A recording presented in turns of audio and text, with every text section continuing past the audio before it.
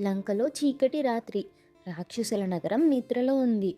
కానీ మన వానర వీరుడు నిశ్శబ్దంగా నగరమంతా వెతుకుతున్నాడు. హలో పిల్లలు, వెల్కమ్ టు హైరా స్టోరీస్. సీతమ్మ ఎక్కడ అని ప్రతి అడుగులో అనుకుంటూ రావణుడి అంతఃపురం చూశాడు. రాక్షసుల భవనాలు అన్నీ వెతికాడు. కానీ సీతమ్మ కనిపించలేదు. దిగులుగా కూర్చున్నాడు. ఎన్నో ఆలోచనలు. సీతమ్మ ఉందా లేదా? అప్పుడే మనసులో గట్టిగా రామనామ స్మరణ చేసి ఒక్కసారిగా లేచాడు. అప్పుడే ఇదివరకు కనపడని ఒక తోట కనిపిస్తోంది దూరంగా.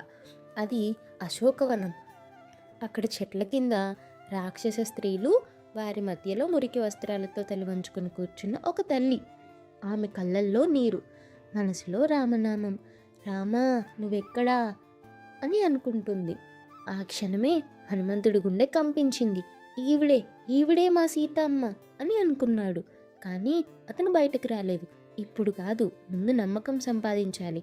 చెట్టు మీద కూర్చుని చిన్న స్వరంతో పాడాడు, శ్రీరామ రామ రామేతి అని. ఆ స్వరం విన్న సీతమ్మ తలెత్తి చూసింది.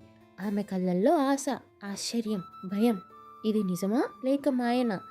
అక్కడితో ఆగింది కదా. అసలు హనుమంతుడు ఎలా పరిచయం చేసుకున్నాడు? సీతమ్మ ఎలా నమ్మింది? దీని గురించి రాబోయే స్టోరీలో తెలుసుకుందాం. చూశారు కదా పిల్లలు, హనుమంతుడు బలంతో కాదు, భక్తి మరియు తెలివితో సీతమ్మను కనుగొన్నాడు.